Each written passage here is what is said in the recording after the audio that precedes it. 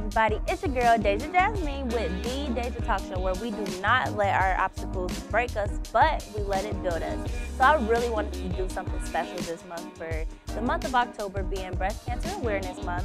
So I do have a very, very, very special guest. She is a nominee of 101.1 The Wiz. She is an author, she is a speaker, and she is just somebody that you guys are absolutely gonna love. So let me go ahead and get the show started with Kimberly Johnson. Thank you for having me. Of course. My name is Kimberly Nicole Johnson, and I am, like you said, a breast cancer survivor. Mm-hmm. And I'm also an author, a motivational speaker, a life coach, and an entrepreneur. That's awesome. So, we want to take a couple steps back. Okay. So, how was life growing up for you? Well, I was really spoiled by my mom, and then I had 5 sisters, and I had 3 brothers, so I'm in the middle. So I was extremely spoiled, and I had a really good childhood. I had no real. I had a good. You're fine. I had a really good childhood, so I really can't complain. Yeah, there's no problem. So as we know, you are a breast cancer survivor. Mm-hmm. At what age were you diagnosed with cancer, and how did you find out? Well, I was 43 years old, and I found out on April 7th, 2014, which is our oldest son's birthday. It was, oh, wow. I think he had turned 27, I think, that day. I think 27, 28. And I always got mammograms. I've been getting mammograms forever. And I felt a small lump in my breast 2 years prior. But I always got mammograms, and the mammograms always came back clean. But I told my husband I said, I feel something. It was a small little, like a little pea. And I felt it, but the mammogram never showed it. So when I went to have a mammogram in 14, I went and they had a mammogram, and it was clean again. But I insisted. I said, no, I feel something. So they were like, you know what, let's just entertain. Let's just entertain you. It's nothing there. Let's just go make you feel better. So I went and had a biopsy done.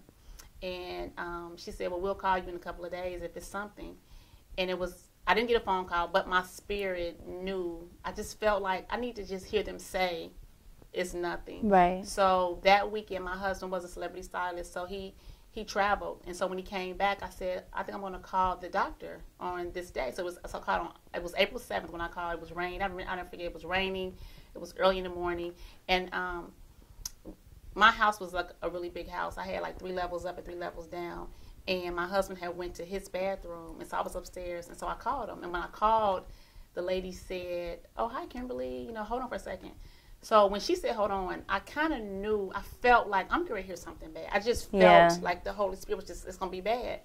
So I'm waiting on the phone. It felt like 5,000 years. It was probably like 2 minutes. So when she came to the phone, and she said, oh, hi. She's like, okay, I have your results, and they are positive. And I was like, huh? So she said, they're positive, but... So all I just heard was just this noise. I just heard, just noise. Yeah. So I'm like, oh, my God. So my husband heard me, So he comes up the steps, and he's like, what's going on? I said, I have breast cancer. And he was like, what? Who? Huh? I always felt like people who smoke or do stuff wrong, I felt like, how can I have breast cancer? Yeah. And my husband and I... my late husband, we just were stunned. So she was talking, and she was saying, it's early stage. Well, no, she said she says early stages. I don't know how she knew that because I hadn't had any staging done yet. Mm-hmm. And I was literally floored.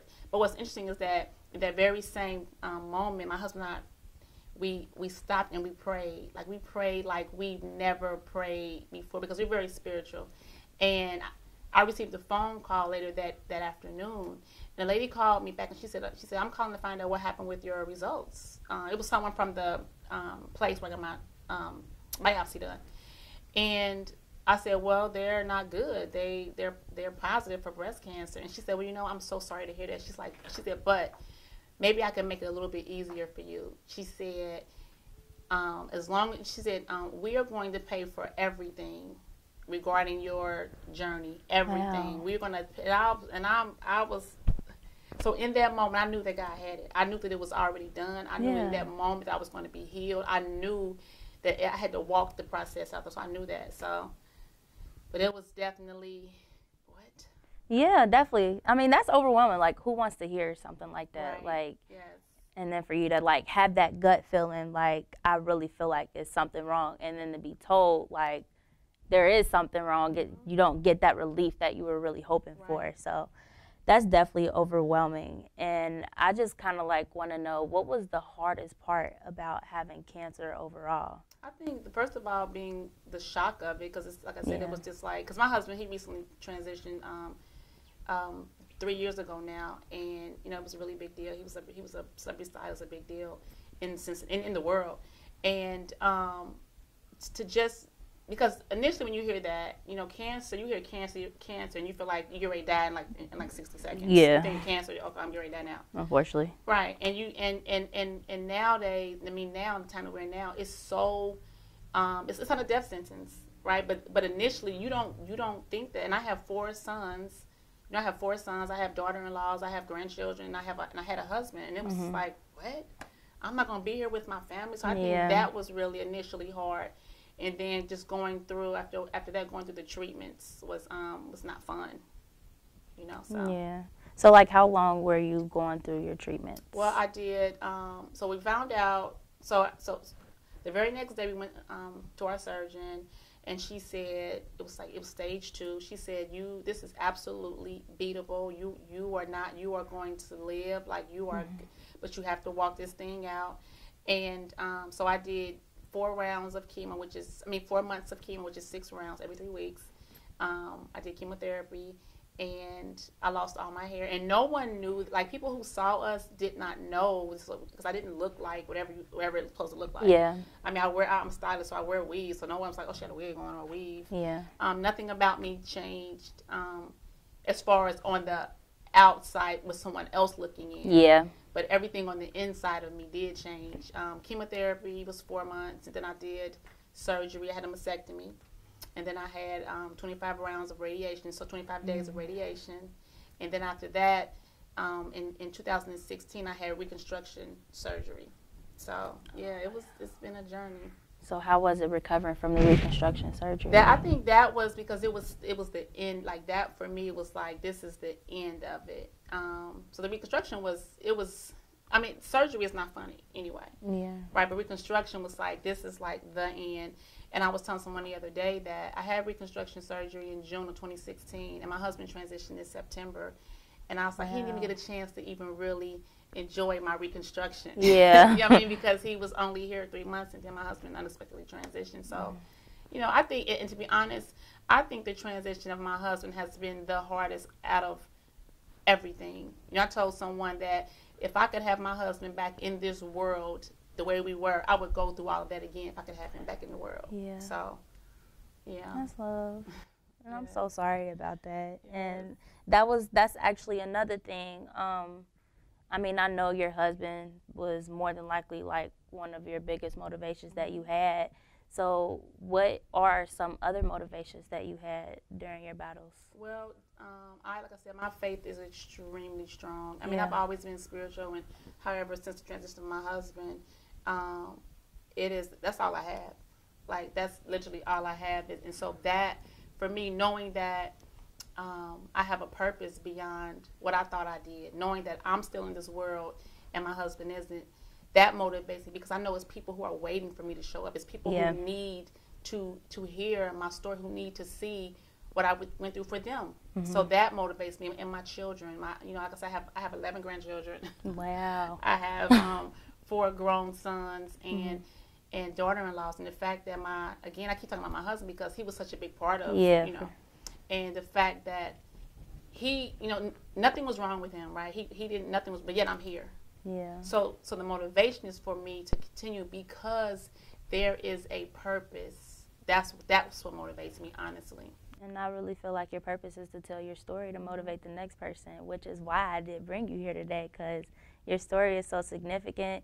You don't know how many people that you can touch by them simply watching this episode. And I'm like so about to get emotional right now. Like, this is so overwhelming. Like I'm loving every bit of this. So speaking of telling your stories, I see that on your social medias you do something called On the Couch with Kimberly. Is that correct?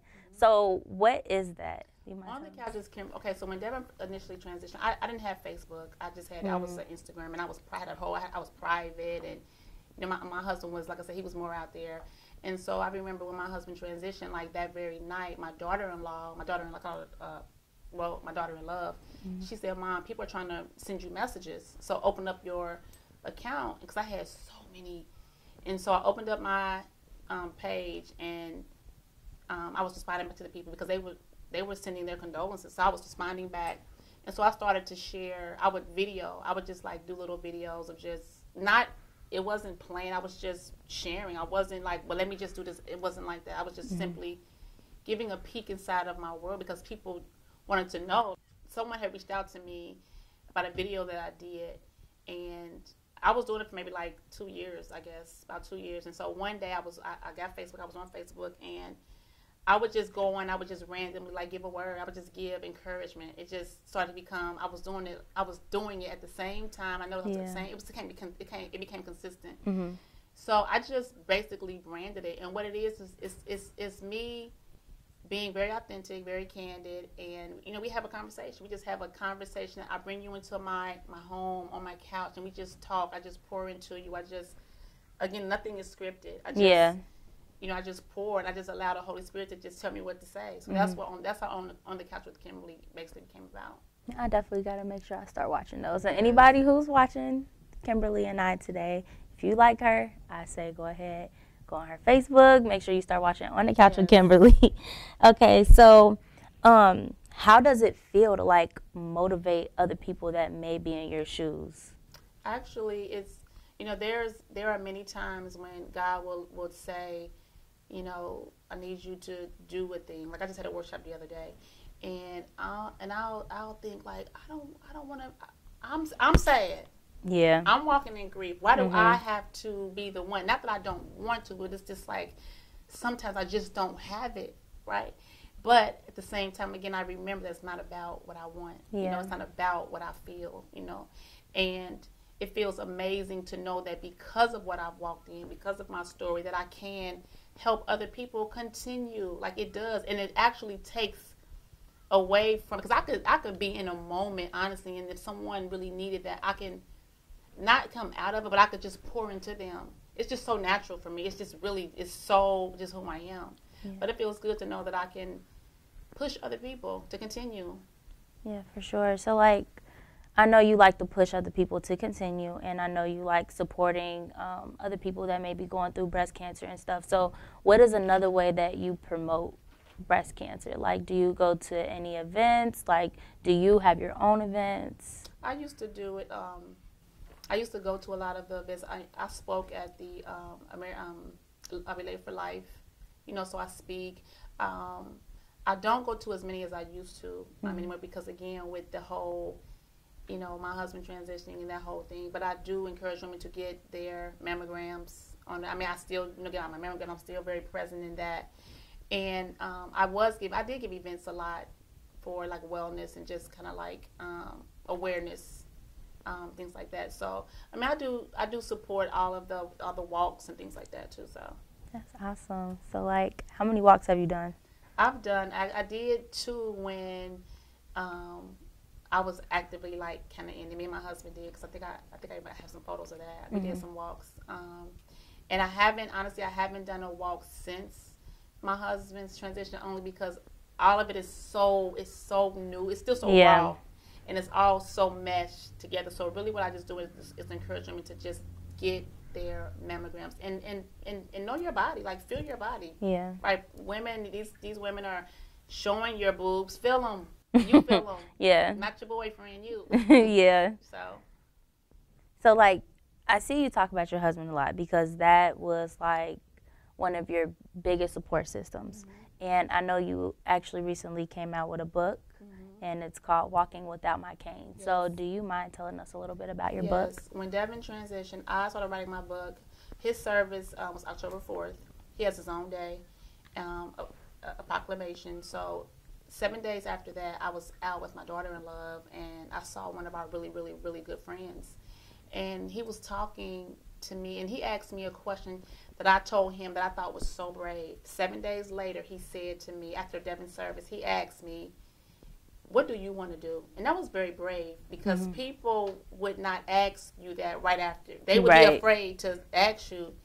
And he said, I know what you and Devin plan, but what do you want to do? And so I thought for a moment. I said, I want to write a book.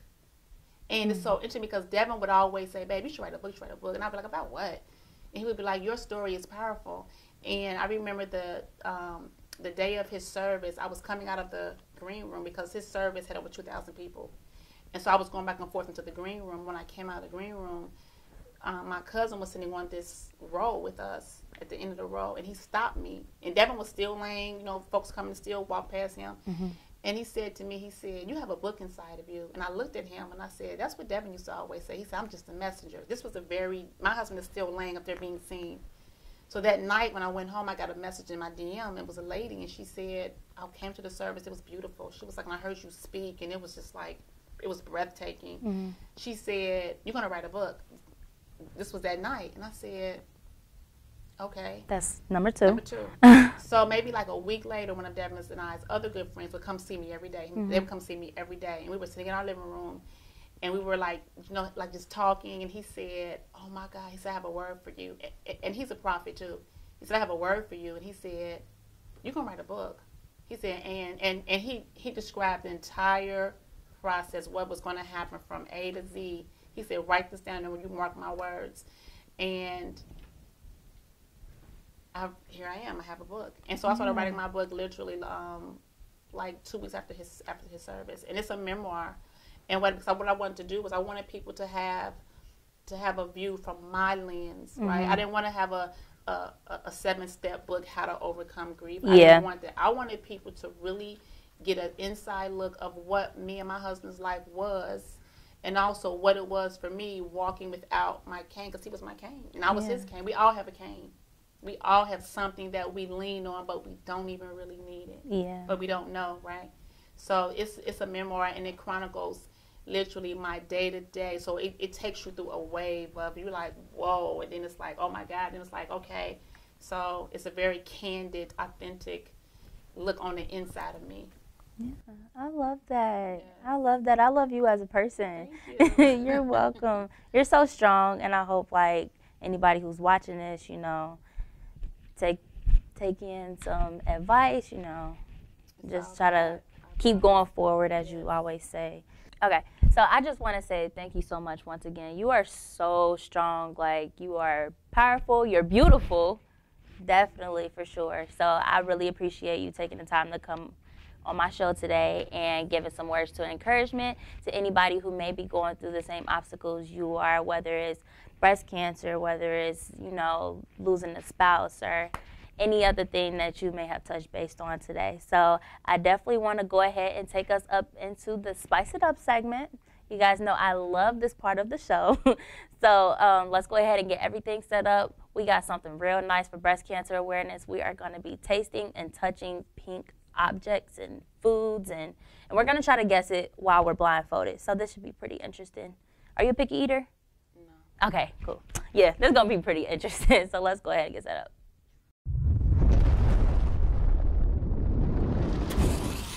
Hey, what's up, everybody?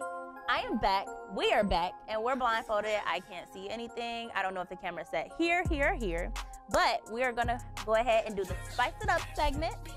And this is where we are going to try to taste, touch, and apparently drink like different pink foods and drinks and objects and stuff. So this should be pretty interesting, and I guess we can go ahead and get started. How you feeling, Kimberly? Okay. I'm a little bit nervous.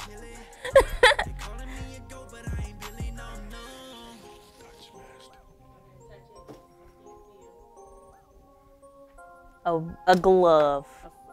Yeah, glove. The little finger things gave it away. At first, I was a little scared. I thought it was a sponge. I thought it was a sock at first. Can I wear it? I want to keep it. Yes. All right. Are you still feeling? Yes, you're still feeling. Oh, this is a. What in the? This feathers? That's is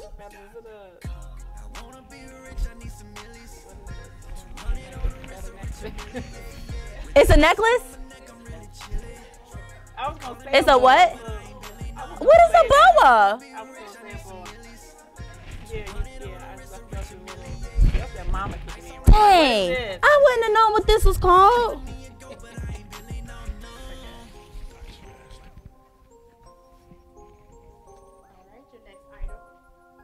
Are we feeling? A flower. I felt the little middle thingy. Oh, that's fake.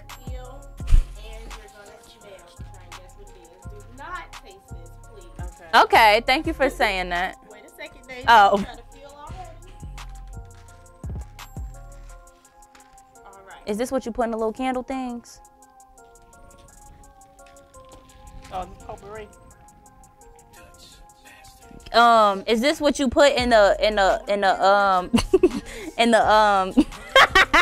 in the washing machine?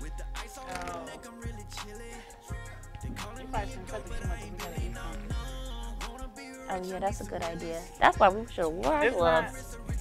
Potpourri.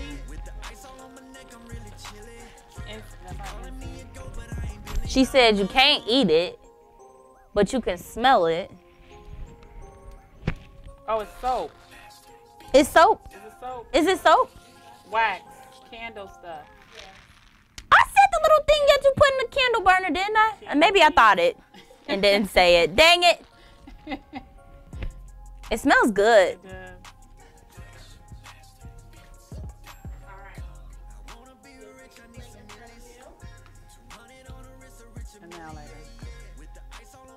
Starburst. Oh dang! I start eating mine.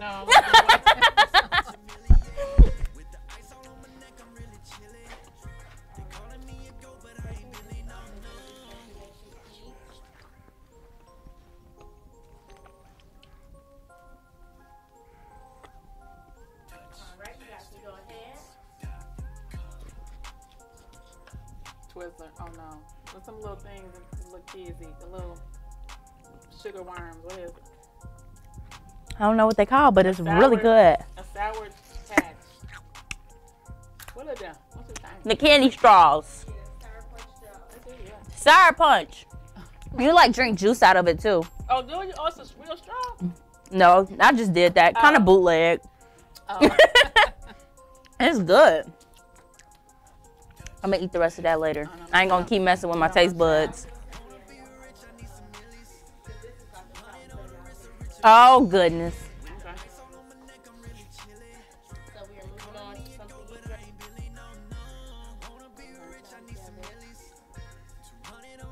you It don't sound fuzzy. All right, be careful when reaching for your cup. What the?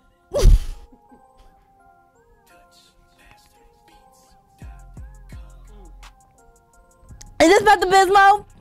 Is this pink chocolate milk? I mean, pink It milk? tastes like. What is this? It does not taste delightful. This is pink milk. Yes. Gosh, this tastes terrible. But I'm like, honestly, it tastes like the smell of a skunk, if that makes sense. Yeah, That was bad. Yeah, that was bad. I'm talking about Pepsi Especially Bismol. when That's you how drink bad it milk. was. Yeah, and I don't even drink milk, so that was nasty. Ugh. Did you check the expiration date on it?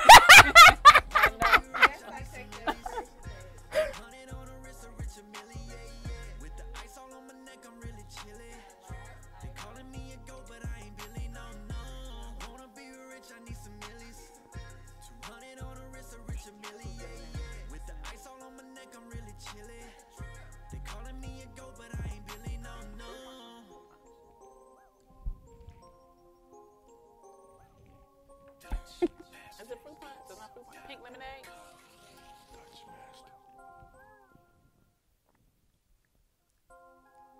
What other juice could be pink? Is it Kool-Aid?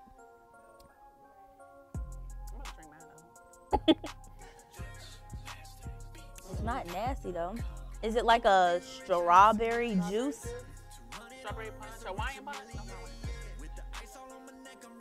Oh, it's really good. It tastes way better than strawberry milk. Strawberry milk was, ugh. I don't even want to tell you what that tastes like. That was good. We done? Let's take a look at it. I can't untie myself. Just pull it down. Oh, fix the lashes. Oh, This is cute. everything is I was literally. gonna say a boa too. I don't know. I still forgot what it was called. Whew. Okay, so now I got all these feathers off of me and random glove and everything off of me. Let's go ahead and wrap things up. Kimberly, do you have any further advice for anybody who might be going through the same obstacles as you, or trying to move forward from what they've gone through? Well, I would just say first of all, the biggest thing is just trust God. Right? Just literally trust the process, trust what He has for you. Feel your boobs, take care of it, because you are your own advocate, right? Yeah. You are your own, and just know that whatever you are walking in, it's already purpose, it's already done, right? We all have a story, we all have a journey, we all were created for a specific reason, and know that whatever you're walking in, it's not going to be easy, but it's worth it, right? It's worth it. So we have to just trust the process and just trust God. Yeah, for sure. Yes. Trust the process, trust God, go with your gut, feel your boobs. And, we mean that in the most positive manner. So where can everybody follow you, watch On the Couch with Kimberly, purchase your book? Well, you can you can go to my website, KimberlyNicoleJohnson.com. KimberlyNicoleJohnson.com. You can purchase my book. It's also on Amazon, but if you go to my website, it's really cool, so you can see a whole bunch of other stuff going on. And my Facebook is Kimberly Nicole Johnson. And also Instagram is IC Diamonds. I like the letter, I spell it IC Diamonds, the S, all one word. And I also have a YouTube channel too. So Kimberly Nicole Johnson. So, yeah. And you also have a podcast that they can watch too.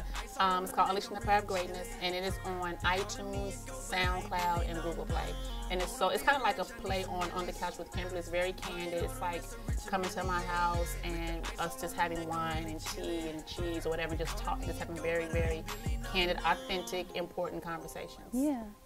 I definitely want to go ahead and give a huge shout out to our sponsor of The Deja Talk Show, which is PVO, Positive Vibes Only. They are located at 1605 Galbraith Road. Please be sure to go ahead and check out their merch, come into the store, see what they got, go ahead and support a local clothing line. Secondly, I wanted to go ahead and remind you guys, go ahead and follow all of Kimberly Nicole Johnson's social medias. Be sure to go on her website. It will be in the description below. So please be sure to go to her website and go ahead and purchase that book. See any speaking engagements that she might be doing that you guys might want to go to. And then lastly, please be sure to like, comment, and subscribe to The Deja Talk Show. Watch all of our videos. I promise you guys will be nothing but motivated by watching the end of our videos. Thank you, and see you guys next time.